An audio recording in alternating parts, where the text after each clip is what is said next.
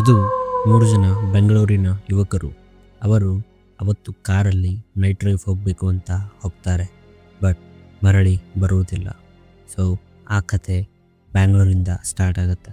ಅವತ್ತು ರಾತ್ರಿ 3 ಜನ ಫ್ರೆಂಡ್ಸ್, ಅದರಲ್ಲಿ ಒಬ್ಬನ ಬರ್ತ್ಡೇ ಇತ್ತು. ಅವನ ಬರ್ತ್ಡೇನ ಮುಗಿಸ್ಕೊಂಡು ಹಾಗೆ ಲಾಂಗ್ ಡ್ರೈವ್ ಹೋಗೋಣ ಅಂತ ಬೆಂಗಳೂರಿನ ಸಿಟಿ ಹೊರಗಡೆ ಹೋಗ್ತಾರೆ.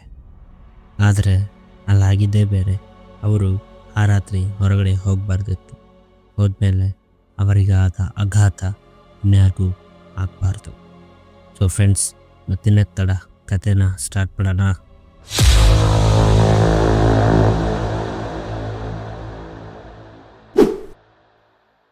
ಫ್ರೆಂಡ್ಸ್, ಸಾಮಾನ್ಯವಾಗಿ ರೋಡ್ಗಳು 2 ಥರ ಇರ್ತವೆ. ಒಂದು ಜನರು ಹೋಗುವ ರಸ್ತೆ, ಇನ್ನೊಂದು ಜನರ ದಾರಿಯನ್ನು ತಪ್ಪಿಸುವ ರಸ್ತೆ. ಈ ಸ್ಟೋರಿ ನಡೆದಿದ್ದು ಬೆಂಗಳೂರಿನ ಹೊರವಲಯದಲ್ಲಿ. ಇಲ್ಲಿ ನಾನು ಆ ಪ್ಲೇಸ್ನ ಹೆಸರು ತಗೊಳ್ಳೋದಿಲ್ಲ. ನಾನು ಅದನ್ನು ಇಲ್ಲಿ ಬೆಟ್ಟದ ರೋಡ್ ಅಂತ ಕನ್ಸಿಡರ್ ಮಾಡ್ತೀನಿ. ಫ್ರೆಂಡ್ಸ್, ರಾತ್ರಿ 12 ಗಂಟೆ ಆದಮೇಲೆ ಆ ಬೆಟ್ಟದ ರಸ್ತೆಯಲ್ಲಿ ಯಾರೂ ಹೋಗೋದಿಲ್ಲ. ಅಲ್ಲಿ ಅಪಘಾತಗಳು ಅಥವಾ ಕಳ್ಳತನ ಆಗುತ್ತೆ ಅನ್ನೋ ಕಾರಣ ಅಲ್ಲ, ಬಟ್ ಅಲ್ಲಿ ಯಾರೋ ಒಬ್ಬರು ಲಿಫ್ಟ್ ಕೇಳ್ತಾರೆ ಅಂತ. ಲಿಫ್ಟ್ ಕೊಡದೇ ಇದ್ದರೂ ಕಾರೊಳಗೆ ಬರುತ್ತಾಳೆ. ಇಂಥ ವಿಚಾರಣೆಗಳೆಲ್ಲ ನಮ್ಮದೇ ಇರೋವಂಥ 3 ಜನ ಫ್ರೆಂಡ್ಸ್ ಆ ರಾತ್ರಿ ತನಕ ಅದನ್ಯಾವುದು ನಂಬಿದ್ದಿಲ್ಲ. ಬಟ್ ಅವತ್ತು ಅವರಿಗೆ ಅನುಭವ ಆಗಿತ್ತು. ಅದು ವೀಕೆಂಡ್. ನಿಮ್ಗೆ ಗೊತ್ತಿರೋ ಥರನೇ ಬ್ಯಾಂಗ್ಳೂರಲ್ಲಿ ವೀಕೆಂಡಲ್ಲಿ ಮೋಜು ಮಸ್ತಿ ಜಾಸ್ತಿ ಇರುತ್ತೆ. ಅದು ಕಿರಣ್, ಮನೋಜ್, ರಾಕೇಶ್ ಈ 3 ಫ್ರೆಂಡ್ಸು ಕಿರಣ್ನ ಬರ್ತ್ಡೇ ಪಾರ್ಟಿನ ಸೆಲೆಬ್ರೇಟ್ ಮಾಡಿ ನೈಟ್ 11:30 ಮೇಲೆ ಹೊರಡಕ್ಕೆ ಸ್ಟಾರ್ಟ್ ಮಾಡಿದರು. ಎಲ್ಲಿಗೆ ಅಂತೀರಾ? ಬೆಂಗಳೂರಿನ ಹೊರವಲಯದಲ್ಲಿ. ಅದು ಲಾಂಗ್ ನೈಟ್ ರೈಡ್ಗೆ. ಫಸ್ಟ್ ಮನೋಜ್ ಹೇಳ್ದ, ಮಗ ನೇರ ಮನೆಗೆ ಹೋಗೋಣ, ನಾಳೆ ಆಫೀಸ್ ಇದೆ, ಸುಮ್ಮನೆ ಲೇಟ್ ಆಗಿಬಿಡುತ್ತೆ ಅಂತ ಹೇಳ್ದ. ಅದಕ್ಕೆ ಕಿರಣ್ ಹೇಳ್ದ, ಮಗ ಇವತ್ತು ನನ್ನ ಬರ್ಡೇ ಕಣೋ, ನೈಟ್ ರೈಡ್ ಹೋಗೋಣ, ಆ ಕಡೆ ಬೆಟ್ಟದ ರೋಡ್ ಹತ್ರ ಹೋಗೋಣ, ಸೂಪರ್ ಫೀಲ್ ಇರುತ್ತೆ ಅಂತ ಹೇಳ್ದ. ಅದಕ್ಕೆ ರಾಕೇಶ್, ಮಗ ಫಸ್ಟ್ ಮ್ಯೂಸಿಕ್ ಹಾಕೋ, ಈ ಸೈಲೆನ್ಸ್ ಯಾಕೋ ಬೇಡ ಅನಿಸುತ್ತೆ ಅಂತ ಹೇಳ್ದ. ಅಷ್ಟರಲ್ಲೇ ಕಾರ್ ಓಡೋಕ್ಕೆ ಸ್ಟಾರ್ಟ್ ಆಯಿತು. ಕಿರಣ್ ಡ್ರೈವ್ ಮಾಡ್ತಿದ್ದ. ಮೊದಲಿಗೆ ಬೆಂಗಳೂರಿನ ಟ್ರಾಫಿಕ್ನ ಮುಗಿಸ್ಕೊಂಡು ಅವರು ಖಾಲಿ ರೋಡ್ಗೆ ಹೋಗೋಷ್ಟರಲ್ಲಿ 12:30 ಆಗೋಗಿತ್ತು. ಸೊ ಸಿಟಿ ಮುಗಿತಾ ಬಂತು ಮತ್ತು ಅವರ ಲಾಂಗ್ ಜರ್ನಿ ಕೂಡ ಸ್ಟಾರ್ಟ್ ಆಗಿತ್ತು.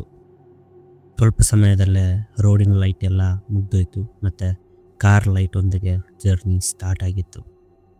ಆ ಬೆಟ್ಟದ ರೋಡ್ಗೆ ಹೋಗೋಷ್ಟರಲ್ಲಿ ತುಂಬ ಸೈಲೆಂಟ್ ಆಗಿಬಿಟ್ಟಿತ್ತು. ರೇಡಿಯೋ ಸೌಂಡ್ ಕೂಡ ಸ್ಟಾಪ್ ಆಗೋಗಿತ್ತು. ಗೂಗಲ್ ಮ್ಯಾಪ್ ನೆಟ್ವರ್ಕ್ ಇಲ್ಲದೆ ಸ್ಟಾಪ್ ಆಗೋಗಿತ್ತು. ಹಾಗೆ ಮುಂದೆ ರೋಡಲ್ಲಿ ತಿರುವು ಬಂತು ಮತ್ತು ನೆಟ್ವರ್ಕ್ ಇಲ್ಲ, ಗಾಳಿ ಇಲ್ಲ, ಯಾವ ನಾಯಿ ಸೌಂಡ್ ಕೂಡ ಕೇಳಿಸ್ತಿರಲಿಲ್ಲ. ಎಂಜಿನ್ ಧ್ವನಿ ಮಾತ್ರ ಕೇಳಿಸ್ತಿತ್ತು. ಆಗ ಮನೋಜ್ ನಿಧಾನವಾಗಿ, ಮಗ ಈ ರೋಡ್ ಯಾಕೋ ನಾರ್ಮಲ್ ಅನ್ನಿಸ್ತಿಲ್ಲ, ನಾವು ಯೂ ಟರ್ನ್ ಹೋಗೋಣ ಅಂತ ಕೇಳ್ತಾನೆ. ಅದಕ್ಕೆ ಕಿರಣ್ ನಗಲು ಪ್ರಯತ್ನಿಸಿದ, ಬಟ್ ಮಾತು ಬರಲಿಲ್ಲ. ಏನೂ ಹೇಳ್ದೆ ಹಾಗೆ ಡ್ರೈವ್ ಮಾಡಿಕೊಂಡು ಮುಂದೆ ಹೊರಟರು. ಹೋಗ್ತಾ ಹೋಗ್ತಾ ಮಂಜು ಫುಲ್ ಆಗೋಯ್ತು. ರೋಡಲ್ಲಿ ಏನೂ ಕಾಣಿಸ್ತಿರ್ಲಿಲ್ಲ. ಹೆಡ್ಲೈಟ್ ಕೂಡ ಅಷ್ಟಷ್ಟೇ ಆಫ್ ಆಗ್ತಿತ್ತು. ಸಡನ್ನಾಗಿ ರೋಡ್ ಪಕ್ಕದಲ್ಲೇ ಯಾರೋ ನಿಂತಿರೋ ಥರ ಕಾಣಿಸ್ತು. ಒಬ್ಬಳು ಯಾರೋ ಬಿಳಿ ಸೀರೆ ಹಾಕ್ಕೊಂಡು ನಿಂತಿದ್ಲು. ಅವಳ ಮುಖದ ಮೇಲೆ ಫುಲ್ ಕೂದಲ ಎಲ್ಲ ಬಿದ್ದಿತ್ತು. ಗಾಡಿನೇ ಇಲ್ಲ ಅಂದರೂ ಅವಳ ಸೀರೆ ಹಾರಾಡ್ತಿತ್ತು. ಮನೋಜ್ ತಕ್ಷಣ ಹೇಳ್ದ, ಮಗ ಸ್ಟಾಪ್ ಮಾಡಬೇಡ ಅಂತ ಅಂದ. ಆಗ ರಾಕೇಶ್ ಹೇಳ್ದ, ಸ್ಟಾಪ್ ಮಾಡೋ ಮಗ, ಬಟ್ ವಿಂಡೋ ಸ್ವಲ್ಪ ಕೆಳಗಡೆ ಇಳಿಸಿ ಕೇಳು ಅಂತ ಹೇಳ್ದ. ಅದೇ ಥರ ಕಿರಣ್ ಪಕ್ಕದಲ್ಲೇ ಹೋಗಿ ಕಾರ್ನ ಸ್ಟಾಪ್ ಮಾಡ್ದ. ವಿಂಡೋ ಲಾಕ್ ಓಪನ್ ಮಾಡೋಕ್ಕೆ ಹೋಗಿ ಹಿಂದ್ಗಡೆ ಡೋರ್ನ ಓಪನ್ ಮಾಡಿಬಿಟ್ಟ. ಅವಳನ್ನು ಏನು ಅಂತ ಕೇಳೋಷ್ಟರಲ್ಲಿ ಅವಳು ಹಿಂದೆ ಸೀಟಲ್ಲಿ ಬಂದು ಕೂತ್ಕೊಂಡ್ಬಿಟ್ಲು. ಇದನ್ನೆಲ್ಲ ಗಮನಿಸಿದ ಈ 3 ಜನ ಫ್ರೆಂಡ್ಸ್ ಸುಮ್ಮನೆ ಇದ್ದರು, ಬಟ್ ಯಾಕೆ ಅಂತ ಗೊತ್ತಿಲ್ಲ. ಡೋರ್ ಕ್ಲೋಸ್ ಆದವು. ಒಳಗಡೆ ಒಂದೇ ಸಮನೆ ಜೋರಾಗಿ ಚಳಿ ಆಗಕ್ಕೆ ಸ್ಟಾರ್ಟ್ ಆಯಿತು ಮತ್ತು ಮಣ್ಣಿನ ವಾಸನೆ ಜೋರಾಗಿ ಬರ್ತಿತ್ತು. ಆಗ ರಾಕೇಶ್ ನಿಧಾನವಾಗಿ ಅವಳನ್ನು ಕೇಳ್ದ, ಅಕ್ಕ ಎಲ್ಲಿಗೆ ಹೋಗಬೇಕು, ಎಲ್ಲಿ ಇಳಿಬೇಕು ಅಂತ ಕೇಳ್ದ. ಆದರೆ ಅವಳಿದಕ್ಕೆ ಏನೂ ಆನ್ಸರ್ ಮಾಡಲಿಲ್ಲ. ಅಷ್ಟರಲ್ಲೇ ಮಿರರ್ಗಳು ತಾನಾಗಿಯೇ ಕೆಳಗಡೆ ತಿರುಗಿದವು. ಆಗ ಅದನ್ನು ಕಿರಣ್ ಗಮನಿಸ್ದ. ಇದ್ಯಾಕೆ ಹಿಂಗೋಯ್ತು ಅಂತ ಯೋಚನೆ ಮಾಡ್ದ. ಬಟ್ ಆದರೂ ಸುಮ್ಮನೆ ಡ್ರೈವ್ ಮಾಡಿಕೊಂಡು ಹೋಗ್ತಿದ್ದ. ಮುಂದೆ ಕಿರಣ್ ತನ್ನ ರಿಯರ್ ಮಿರರಲ್ಲಿ ನೋಡಿದ್ರೆ ಹಿಂದಿನ ಸೀಟಲ್ಲಿ ಅವನ ಫ್ರೆಂಡ್ ಬಿಟ್ಟರೆ ಮತ್ತೆ ಯಾರೂ ಕಾಣಿಸ್ತಿಲ್ಲ. ಬಟ್ ಅವರು ಯಾರೋ ಒಬ್ಬರನ್ನ ಪಿಕ್ ಮಾಡಿದ್ರಲ್ವಾ. ಅಷ್ಟರಲ್ಲಿ ರಾಕೇಶ್ ಪಕ್ಕದಲ್ಲೇ ಏನೋ ಒಂದು ಬ್ಲ್ಯಾಕ್ ಇಮ್ಯಾಜಿನರಿ ಗೊಂಬೆ ಕೂತಿರೋ ಥರ ಫೀಲ್ ಆಯಿತು. ಇಷ್ಟರಲ್ಲೇ ರಾಕೇಶ್ ಫೋನ್ ಆನ್ ಆಯಿತು. ಬಟ್ ಆ ಫೋನಲ್ಲಿ 2% ಬ್ಯಾಟ್ರಿ ಇತ್ತು. ಅವನ ಫ್ರಂಟ್ ಕ್ಯಾಮ್ರಾ ತಾನೇ ಓಪನ್ ಆಯಿತು ಮತ್ತು ಆ ಸ್ಕ್ರೀನಲ್ಲಿ 3 ಕಾಣಿಸ್ತಿದ್ರು. ಮತ್ತು ಆ 3 ಹಿಂದೆ ಏನೋ ಒಂದು ಕರಿ ನೆರಳು ಮತ್ತು ಕೆಂಪು ಕಣ್ಣುಗಳು ಇರೋ ಥರ ಒಂದು ಆಕಾರ ಕಾಣಿಸ್ತಿತ್ತು. ಇದನ್ನು ನೋಡಿದ ರಾಕೇಶ್ ಸಡನ್ನಾಗಿ ಅವನ ಮೊಬೈಲ್ನ ಲಾಕ್ ಮಾಡ್ದ. ಅಷ್ಟರಲ್ಲಿ ಅವನು ನಿಧಾನವಾಗಿ ತಿರುಗಿ ನೋಡ್ದ. ಸೀಟ್ ನೋಡಿದ್ರೆ ಖಾಲಿ. ಅಷ್ಟರಲ್ಲಿ ಎಂಜಿನ್ ಆಫ್ ಆಗೋಯ್ತು. ಅಂದರೆ ಕಾರ್ ಅದಾಗೆ ಸ್ಟಾಪ್ ಆಗಿ ನಿಂತೋಯ್ತು. ಆಗ 3 ಭಯದಲ್ಲೇ ಕೂತ್ಕೊಂಡ್ರು. ಸಡನ್ನಾಗಿ ಕಾರ್ ಮೇಲೆ ಏನೋ ಒಂದು ಸೌಂಡ್, ಅದು ಟಕ್ ಟಕ್ ಅಂತ ಸ್ಟೆಪ್ಸ್ ಥರ ಕೇಳಿಸ್ತಿತ್ತು. ಮತ್ತು ರಾಕೇಶ್ನ ಕಿವಿಯ ಪಕ್ಕ ಯಾರೋ ಬಂದು ನನ್ನನ್ನು ಅಲ್ಲೇ ಯಾಕೆ ಇಳಿಸ್ತಿಲ್ಲ ಅಂತ ಹೇಳಿರೋ ಥರ ಸೌಂಡ್ ಕೇಳಿಸ್ತು. ಅಷ್ಟರಲ್ಲೇ ಹಿಂಬದಿಯ ವಿಂಡೋ ಓಪನ್ ಆಯಿತು. ಒಳಗಡೆ ನಿಧಾನವಾಗಿ ಯಾವುದೋ ಒಂದು ತಣ್ಣನೆ ಗಾಳಿ ಬಂದಂಗಾಯಿತು. ಮತ್ತು ಆ 3 ಕಿರಿಚಲು ಆಗಲಿಲ್ಲ ಮತ್ತು ಅವರ ದೇಹ ಮೂವ್ ಕೂಡ ಆಗಲಿಲ್ಲ. ನಂತರ ಬೆಳಗ್ಗೆ 6 ಗಂಟೆ ಅಲ್ಲಿಯ ಲೋಕಲ್ ಜನ ಬಂದು ಕಾರ್ ಹತ್ರ ನಿಂತ್ಕೊಂಡ್ರು. ಬಾಗಿಲುಗಳು ಓಪನ್ ಆಗೇ ಇತ್ತು.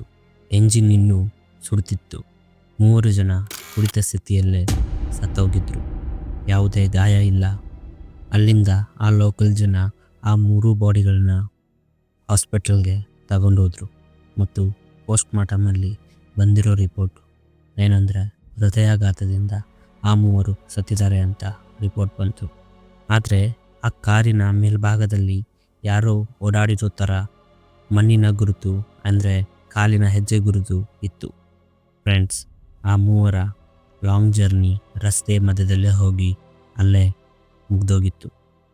ಆ ದಿನದಿಂದ ಆ ತಿರುವಿನಲ್ಲಿ, ಅಂದರೆ ಆ ಬೆಟ್ಟದ ರಸ್ತೆಯಲ್ಲಿ ಯಾರೂ ನಿಲ್ಲೋದಿಲ್ಲ. ಯಾಕಂದರೆ ಅಲ್ಲಿನ ಲೋಕಲ್ ಜನ ಹೇಳೋದು, ಅವಳು ಮನೆಗೆ ಹೋಗೋದಿಲ್ಲ, ಅವಳ ಜಾಗಕ್ಕೆ ಯಾರನ್ನಾದ್ರನ್ನು ಕರೆಸಿಕೊಳ್ಳುತ್ತಾಳೆ.